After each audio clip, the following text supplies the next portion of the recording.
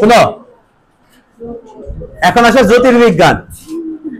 আচ্ছা, অধ্যায়টা শুনেতে ইন্টারেস্টিং লাগতেছে, অধ্যায়টা আসলে অনেক ইন্টারেস্টিং এবং মজার বিষয় হচ্ছে ফিজিক্স সেকেন্ড পেপারের যদি আমি বলি সবথেকে গুরুত্বপূর্ণ অধ্যায় কোনটা, জ্যোতির্বিজ্ঞান। প্রতি বছর অন্য কোন অধ্যায় মিস গেলেও এই অধ্যায় থেকে মিস যায় না, একটা কোশ্চেন আসবেই।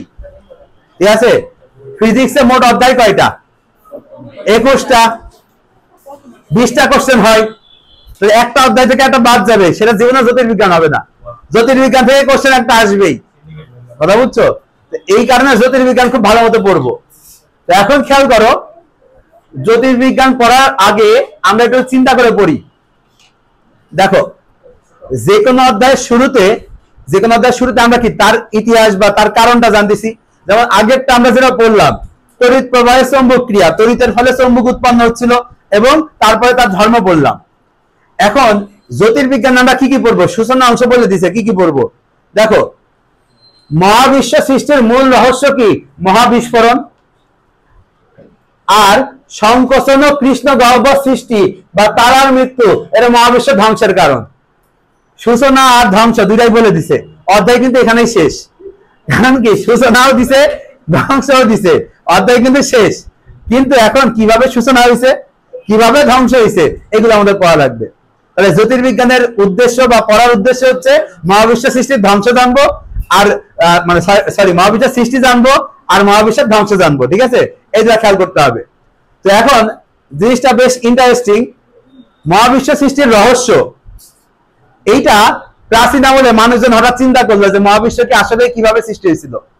সর্বপ্রথম চিন্তা করছিল বিশপ উষার। তিনি বলছিল মহাবিশ্ব সৃষ্টি হয়েছিল 4000 খ্রিস্টপূর্বাব্দে। বিশপ উষার তিনি বলছিল 4000 খ্রিস্টপূর্বাব্দে মহাবিশ্ব সৃষ্টি হয়েছিল। তো বিশপের সমকালীন আরো কিছু বিজ্ঞানী ছিল, তার মধ্যে তোমাদের প্রিয় একজন বিজ্ঞানী এরিস্টটল তিনি ছিলেন। তিনি বলছিলেন মহাবিশ্ব সৃষ্টি হয়েছে ঐশ্বরিক হস্তক্ষেপে। তো এখন তখনকার মানুষ কার কথা বিশ্বাস করবে? উষারের কথা বিশ্বাস করে নাই, এরিস্টটলের কথা বিশ্বাস করছে। তাই আর তখন কেউই আর এটাতে গবেষণা করে নাই, কথা বুঝছো? কেউই আর গবেষণা করে নাই। ঠিক আছে, পরবর্তীতে খেয়াল করো, আলবার্ট আইনস্টাইন তার আপেক্ষিকতার তত্ত্ব দিছিল, দেখছো? এই তত্ত্বের পরে মানুষজন আবার নতুন করে চিন্তা করলো যে কেন মহাবিশ্ব সৃষ্টি হয়েছে, এই জিনিসটা আমি আবার গবেষণা করি। ঠিক আছে, আবার নতুন করে গবেষণা শুরু হয়েছিল। সবার প্রথমে গবেষণা শুরু করেছিল বিশপ উষার। ঠিক আছে, ওই উষারের কথা জানলেই চলবে। আর আপেক্ষিকতার তত্ত্ব কত দিছিল? 1916 সালে। পরে চলে আসে পাশের পেজে। তো এই যে গবেষণা করার সময় সর্বপ্রথম একটা তোমার পরীক্ষালব্ধ একটা প্রমাণ সবার শুরুতে উপস্থাপন করছিল এডউইন হাবল। দেখো বিজ্ঞানীর নামটা খেয়াল করো, এডউইন হাবল। আচ্ছা, এডউইন হাবল, তার বিষয়গুলো আমাদের পড়তে হবে যে তিনি কি প্রমাণ করছিলেন। তিনি বলছিলেন সবার শুরুতে মহাবিশ্ব ছিল একটা ছোট্ট বিন্দুর মতো। তিনি প্রথমে এই কথা বলছিলেন, ছিল একটা ছোট্ট বিন্দুর মতো। ধীরে ধীরে সেটার ভিতরে ঘনত্ব, চাপ এবং ধীরে ধীরে আয়তন বাড়তে থাকে। ঠিক আছে, ধীরে ধীরে বাড়তে থাকে। দেখো, ছোট অবস্থা থেকে ধীরে ধীরে বড় অবস্থা হয়েছে, দেখছো ছবিটা? দেখো, ছোট অবস্থা থেকে ধীরে ধীরে বড় অবস্থা হয়েছে, পাইছো? মানে ছোট অবস্থা থেকে আস্তে আস্তে এমন বড় একটা অবস্থা হয়েছে। এই বড় অবস্থার সময় এর ভিতরে ঘনত্ব অনেক বেড়ে গেল, সাথে সাথে চাপ অনেক বেড়ে গেল। এখন ধরো তুমি একটা বেলুনের মধ্যে বাতাস দিতেই আসো, ভিতরে কি অভ্যন্তরীণ চাপ বাড়বে না? অভ্যন্তরীণ চাপ বাড়তে বাড়তে একসময় কি হয়ে যাবে, সেটা ফেটে যাবে। অনেক বেশি চাপ বাড়ার কারণে এটা কি হয়ে গেল, অনেকগুলো খন্ড বিভক্ত হয়ে গেল। ঠিক আছে, এরকম অনেকগুলো ছোট ছোট খন্ডে বিভক্ত হয়ে গেল, কথা বুঝছো? এখন এখানে একটা কোশ্চেন আসে, এই যে অনেকগুলো খন্ডে বিভক্ত হলো, তখন এই ঘনত্ব কত ছিল এবং তখন এর ভর কত ছিল? দেখো, দুইটা বেজোড় সংখ্যা 51 আর 21, পাইছো? যে মহাবিস্ফোরণের সময় ঘনত্ব কত ছিল? 10⁻21 আর ভর কত ছিল? 10⁻51। 51 21 দুইটা বেজোড় সংখ্যা, এবার মনে রাখবা, তবে সংখ্যা প্যাচ লাগবে না। 51 আর 21, পাইছো? আচ্ছা, এখন তাহলে 51 আর 21 এই দুইটা খেয়াল করবো। বিপুল তাপ ও চাপের কারণে ডিম্বাকার বস্তুর মহাবিস্ফোরণ ঘটে, এটা পাইছি।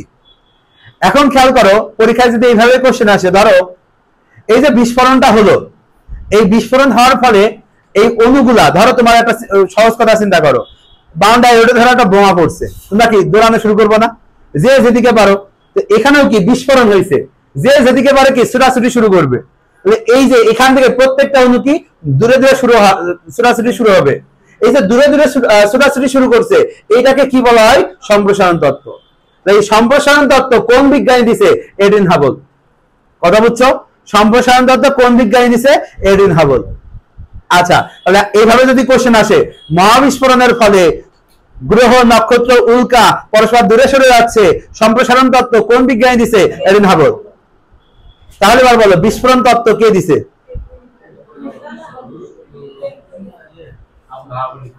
আচ্ছা, কনফিউশন বাড়তেছে, কনফিউশন বাড়ার জিনিস। এক পেজ পরে আসো, দেখো আর দুটো লাইন দেওয়া আছে, এই দুটো আগে সবার আগে শিখো। বিগ ব্যাং বা মহাবিস্ফোরণের মডেলের জনক হচ্ছে জর্জ ল্যামাইটার। এর নাম এই জায়গা ছাড়া আর কোনো জায়গায় নাই এই অধ্যায়ের। জর্জ ল্যামাইটার পাইছো? আর এই বিগ ব্যাং এর পাশে লিখো, ব্যাখ্যা দিছেন স্টিফেন হকিং। ব্যাখ্যা দিছে স্টিফেন হকিং। স্টিফেন হকিং ব্যাখ্যা দিছে। আর বিগ ব্যাং মডেলের জনক কে? জর্জ ল্যামাইটার। মহাবিশ্বের প্রসারণ আবিষ্কার করছেন কে? Edwin Hubble. প্রসারণ কে আবিষ্কার করছে? Edwin Hubble. পাইছো? ওকে, এখন খেয়াল করো, তাহলে আমরা এগুলো মোটামুটি পড়লাম। এবার খেয়াল করো,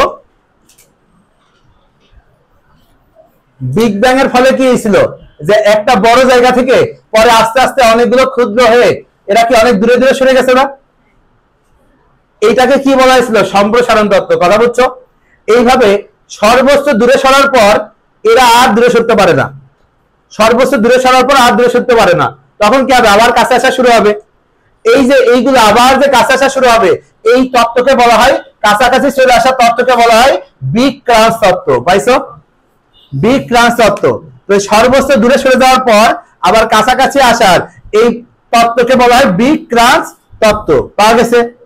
আচ্ছা, এইভাবে সবগুলো অণুই কাছাকাছি চলে আসা শুরু করে। সবগুলো কি করবে? কাছাকাছি চলে আসা শুরু করে। কাছাকাছি এসে আসার পরে যেখান থেকে শুরু হয়েছিল সেখানে আবার এসে মিলিত হয়।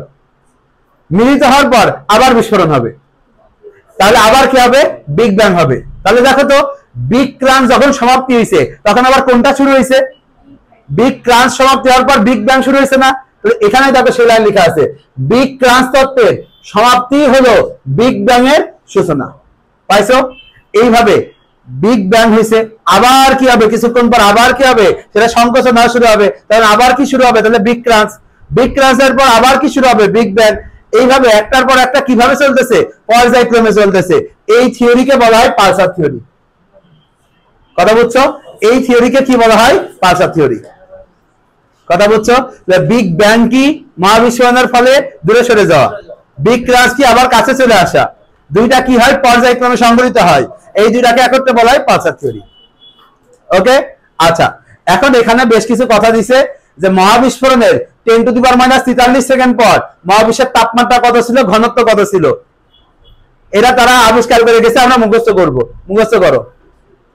পরে দেখো, মহাবিস্ফোরণের 3 মিনিটের মাথায় প্রোটন আর নিউট্রন মিলে হিলিয়াম নিউক্লিয়াস সৃষ্টি হয়। 3 মিনিটের মাথায় প্রোটন আর নিউট্রন মিলে হিলিয়াম নিউক্লিয়াস সৃষ্টি হয়। মার্ক করছো? পাশের পেজে খেয়াল করো, এই জিনিসটা খুবই গুরুত্বপূর্ণ। মহাবিশ্বে হাইড্রোজেন আর হিলিয়ামের শতাংশের অনুপাত কত? 3:1। এই অধ্যায়ে শুধু আমি মার্ক যা করবো এইটুকু পড়বো, এর বাইরে কিছু পাওয়ার দরকার নাই। এই অধ্যায়ে এর এক্সট্রা একটা লাইনও পড়বো না, এটুকু বললে হবে। 3:1 এইটুকু খেয়াল করবো। পরে সৃষ্টি তত্ত্বের আরেকটা নাম মার্ক করো, কসমোলজি। সৃষ্টি তত্ত্বের আরেকটা নাম মার্ক করো, কসমোলজি। ওই পেজের নিচের দিকে দেখো, স্টিফেন হকিং এর বইয়ের নাম দেওয়া আছে, a brief history of time. এই বইয়ের নামটা আসে। আচ্ছা, এবার পড়ো, মহাবিশ্বের ভবিষ্যৎ কি কি বিষয়ের উপর নির্ভর করে? দেখো কি কি বিষয়ের উপর মহাবিশ্বের ভবিষ্যৎ নির্ভর করে, সবগুলো মার্ক করো। কোন কোন বিষয়ের উপরে? সবগুলো নাম মার্ক করো। আচ্ছা, এখন একটা বিষয় খেয়াল করো, পাশের পেজে দেখো হাবল বিধি দেওয়া আছে। হাবল বিধি কি জিনিস এটা বুঝতে হবে। আচ্ছা খেয়াল করো তো, এখানে দেখো তো, এখানে খেয়াল করো, একটা একটা যে ক্ষুদ্র বিন্দু ছিল, এই বিন্দু থেকে গ্রহগুলো যখন দূরে চলে গেল, সবার বেগ কি সেম হবে? তোমার খালি সেটা মনে হইতে পারে হ্যাঁ এক জায়গাতে বেড়েছে, সবার বেগ সেম, কিন্তু বিজ্ঞানী হাবল প্রমাণ করছে যে যত দূরে তার বেগ তত বেশি। এটা সে কিভাবে প্রমাণ করছে? ভি সমানুপাতিক ডি, আর সমানুপাতিক ধ্রুবক কি ধরছে? এইচ। দেখো ইকুয়াল টু, তাহলে কি দিছে? V equal to H D, পাইছো? ভি ইকুয়াল টু কি? এইচ ডি পাওয়া গেছে। V equal to H D, H দ্বারা কি বুঝায়? হাবল ধ্রুবক। এর মান কত? 72, পাইছো? 72 কিলোমিটার পার সেকেন্ড। তাহলে এইচ এর মান কত? 72 kilometre per second per million per sec, পাইছো? আবার 1 million per sec equal to কত কিলোমিটার? এটা খেয়াল করো। এখন আমি পরীক্ষায় কোশ্চেন দিব হাবল ধ্রুবকের মান কত, তোমরা অনেকে আসো এই যে এই মানটা দিয়ে দাও, এটা কি হাবল ধ্রুবকের মান? হাবল ধ্রুবকের মান কত? 72, ঠিক আছে? আর এটা 1 মিলিয়ন পার সেকেন্ড মান। আচ্ছা এখানে আর লাগবে না, পাশে পেয়ে চলে আসো। আচ্ছা এখানে খেয়াল করো, আমরা যে গ্যালাক্সিতে বসবাস করি তার নাম কি বলছে? দেখো গ্যালাক্সি মানে মিল্কি ওয়ে গ্যালাক্সি বা ছায়াপথ, একে আকাশগঙ্গাও বলা হয়, এই কথা আসে, ঠিক আছে? এটা একটু খেয়াল করো, তাহলে কি কি নাম? মিল্কি ওয়ে গ্যালাক্সি বা ছায়াপথ, এর আরেকটা নাম কি? আকাশগঙ্গা, পাওয়া গেছে। আচ্ছা পরে চলে আসো, ঘনত্ব প্যারামিটার রো হচ্ছে কি? মহাবিশ্বের গড় ঘনত্ব। সংকট ঘনত্বকে রো সি দ্বারা প্রকাশ করা হয়। রো সির একটা সমীকরণ আছে, মার্ক করো। রো সি ইকুয়াল টু, মার্ক করো সমীকরণটা, 3h² 8πg, পাইছো? সমীকরণটা মার্ক করো। আচ্ছা এই যে সংকট ঘনত্বের মানটা মার্ক করো, 9.47 ইন্টু 10⁻⁻27, পাইছো? সংকট ঘনত্বের মান কত খেয়াল করতে হবে, যে পরীক্ষায় যদি কোশ্চেন আসে মহাবিশ্বের সংকট ঘনত্বের মান কত খেয়াল রাখবো। পরে চলে আসো, এখানে দেখো বেশ কিছু আকার আকৃতি দেওয়া আছে, লেখচিত্রটা খেয়াল করো। আচ্ছা আচ্ছা বিজ্ঞানীরা তো মতবাদ দিছে, কোন বিজ্ঞানীর মতবাদ কিন্তু এখনো স্বীকৃত হয় নাই, কথা বুঝছো? এখন কিছু কিছু বিজ্ঞানী বলছে বিগ ব্যাং এর ফলে যে মহাবিস্ফোরণ আছে এর অনন্তকাল চলতেই থাকবে, সম্প্রসারণ অনন্তকাল চলবে। এই যে অনন্তকাল চলবে এই মতবাদকে বলা হয় উন্মুক্ত মহাবিশ্ব। উন্মুক্ত মহাবিশ্বের ক্ষেত্রে এই ওহমের মান কত? 1 এর থেকে কম, দেখছো? 1 এর থেকে কম। উন্মুক্ত মহাবিশ্ব কাদের বলে? দেখো এখানে পড়ো, উন্মুক্ত মহাবিশ্ব হচ্ছে মহাবিশ্ব অনন্তকাল প্রসারিত হবে, ঠিক আছে? উন্মুক্ত মহাবিশ্ব সম্পর্কে কি বলছে? সারা জীবন প্রসারিতই হবে, মানে সারা জীবনই বলছে সম্প্রসারণ তত্ত্ব, কোনো বিক্রান্স তত্ত্ব হবে না, কথা বুঝছো? এটা হচ্ছে উন্মুক্ত মহাবিশ্ব। কিছু কিছু বিজ্ঞানী বলছে এটা কি হবে? কিছুদিন প্রসারিত হবে, তারপর এমন একটা জায়গায় ফিক্সড হবে, আর প্রসারিত হবে না আবার সংকুচিত হবে না, এটাকে বলছে দেখো সমতল মহাবিশ্ব। সমতল মহাবিশ্ব তাহলে কি? দেখো মহাবিশ্ব ধসে পড়বে না, আবার অনন্তকালে প্রসারিত হবে না, এই ক্ষেত্রে ওহমের মান কত? দেখো 1। আচ্ছা আর একটা খেয়াল করো, আবদ্ধ মহাবিশ্ব কি? একটা নির্দিষ্ট সময় পর প্রসারণ বন্ধ হয়ে সংকোচন হয়ে যেখান থেকে শুরু হয়েছিল সেখানে এসে ধসে পড়বে, পাইছো? এটা হচ্ছে কি ধরনের মহাবিশ্ব? আবদ্ধ মহাবিশ্ব। এই ক্ষেত্রে ওহমের মান 1 এর থেকে বেশি, এই কথাগুলো খেয়াল করতে হবে, ঠিক আছে? আচ্ছা এখান থেকে আর পড়া লাগবে না, এই তিনটা জিনিস জানলে চলবে, এখান থেকে আর লাগবে না। এখানে এই যে উন্মুক্ত মহাবিশ্বের মধ্যে এটা একটু মার্ক করব, 3 উপায়ে নক্ষত্রের মৃত্যু হতে পারে। নক্ষত্রের মৃত্যু কয় উপায়ে হতে পারে? 3 উপায়ে। নক্ষত্র শ্বেত বামন পর্যায়ে যাইতে পারে, নক্ষত্র নিউট্রন তারকাতে যাইতে পারে, নক্ষত্র কৃষ্ণ বিবরে হইতে পারে। আমরা মনে আছে তোমাদের একদম সূচনা অংশে কি পড়ছিলাম? কৃষ্ণ বিবরে সংকোচনের ফলে মহাবিশ্ব ধ্বংস হয়। তাহলে মহাবিশ্ব ধ্বংসের ওখানে একটা নাম ছিল, ধ্বংস হইতে পারে কয়টা নামের মাধ্যমে? 3টা। কি কি নাম তাহলে? শ্বেত বামন, নিউট্রন তারকা, কৃষ্ণ বিবর। পরে এখান থেকে চলে আসে, এখান থেকে আর লাগবে না, এই যে এখানে যে লাইনগুলো মার্ক করা আছে পরে পিডিএফ থেকে মার্ক করে নিও। আচ্ছা পরে এখানে চলে আসো, মহাবিশ্বের মৌলিক উপাদান। মহাবিশ্বের মৌলিক উপাদান কয়টা দেওয়া আছে? দেখো 3টা। কি কি? সৌরজগৎ, নক্ষত্রপুঞ্জ, গ্যালাক্সি, পাইছো? এখানে যা তোমার পড়তে হবে। আচ্ছা বলো তো সৌরজগতে মোট গ্রহ কয়টা? 8টা। এই যে মার্ক করো, উপবৃত্তাকার পথে ঘুরছে 8টি গ্রহ। পৃথিবীর নিকটতম গ্রহের নাম কি?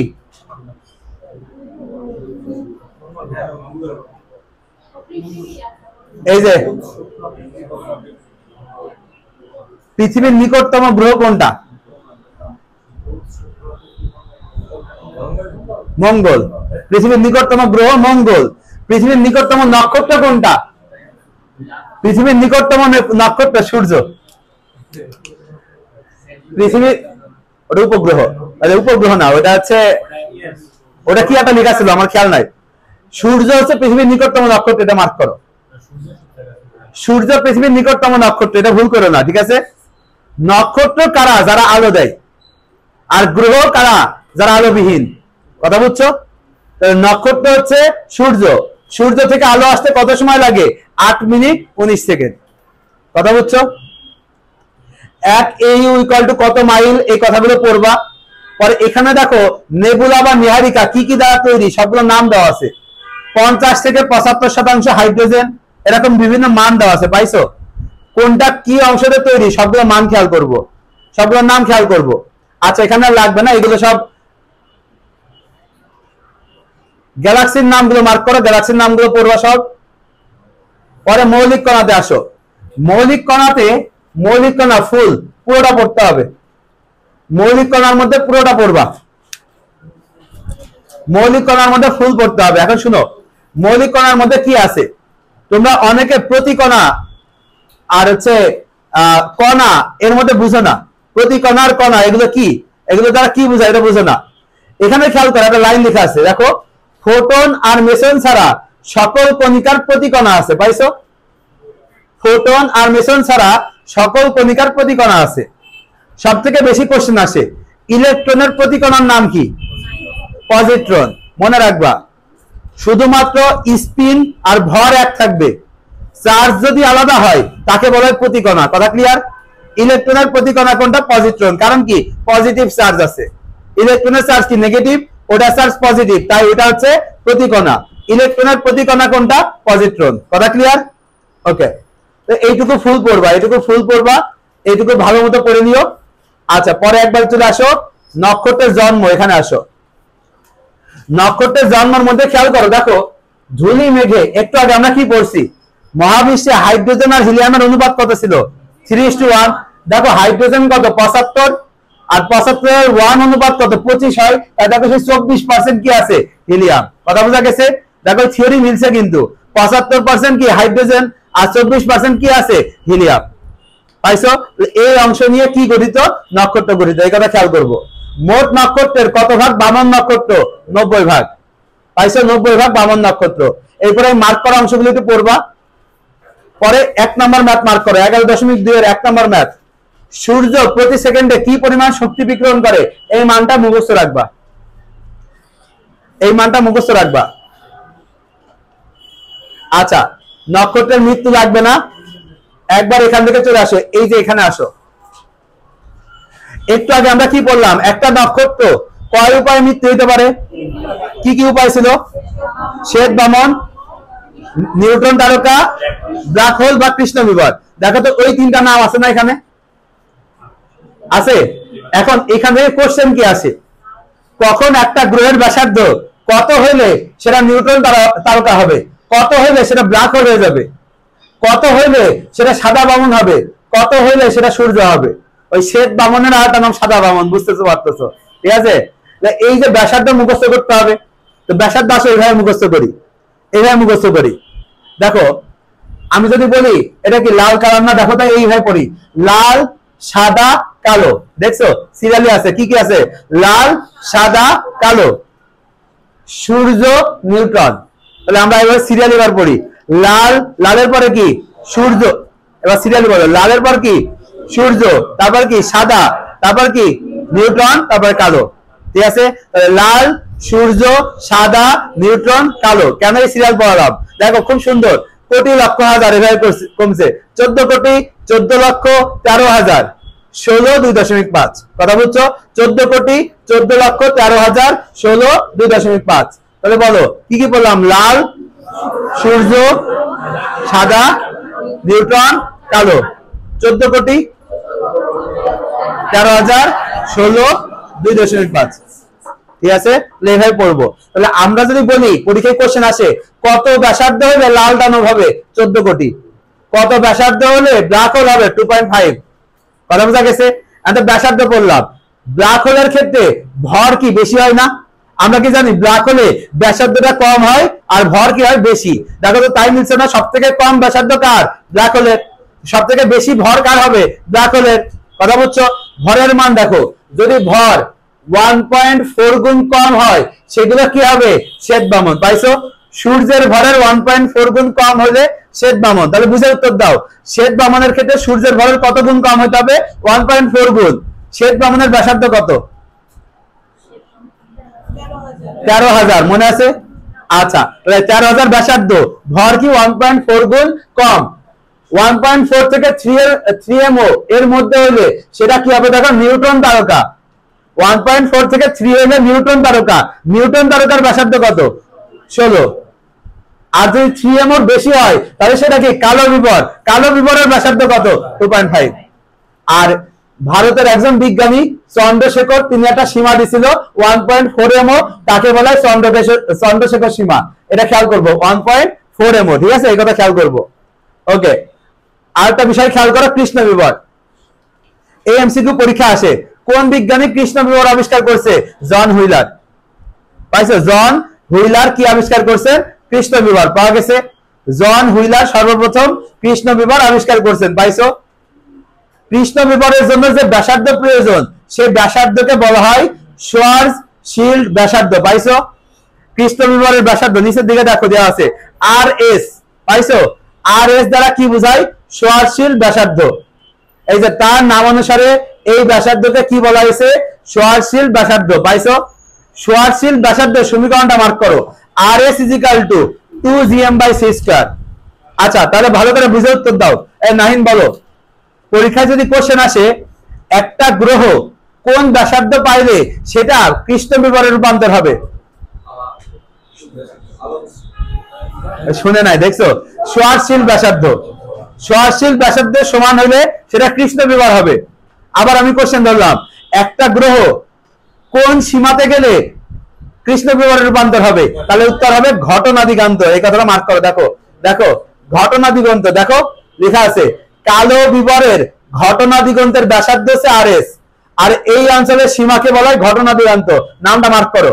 এই যে কৃষ্ণ বিবরের নিচে দেখো সীমাকে বলা হয় ঘটনা দিগন্ত, আর ঘটনা দিগন্তের ব্যাসার্ধকে বলা হয় RS বা শোয়ারশিল্ড ব্যাসার্ধ। পাওয়া গেছে? এই জিনিসটা ভুল করো না। কৃষ্ণ বিবরের সীমাকে বলা হয় ঘটনা দিগন্ত, কৃষ্ণ বিবরের ব্যাসার্ধকে বলা হয় শোয়ারশিল্ড ব্যাসার্ধ। পাওয়া গেছে? আচ্ছা, এখানে একটা শর্টকাট সূত্র লিখো। RS ওই বড় সূত্রটা বের করতে পারবা? জীবনেও পারবা না ওই সূত্রটা বের করতে। একটা শর্টকাট সূত্র লিখো। লিখো RS = 3 × ভর। RS = 3 × ভর। তাহলে এই যে মিলাও, এখানে দেখো একটা লাইন দেওয়া আছে 5mo বলছে না?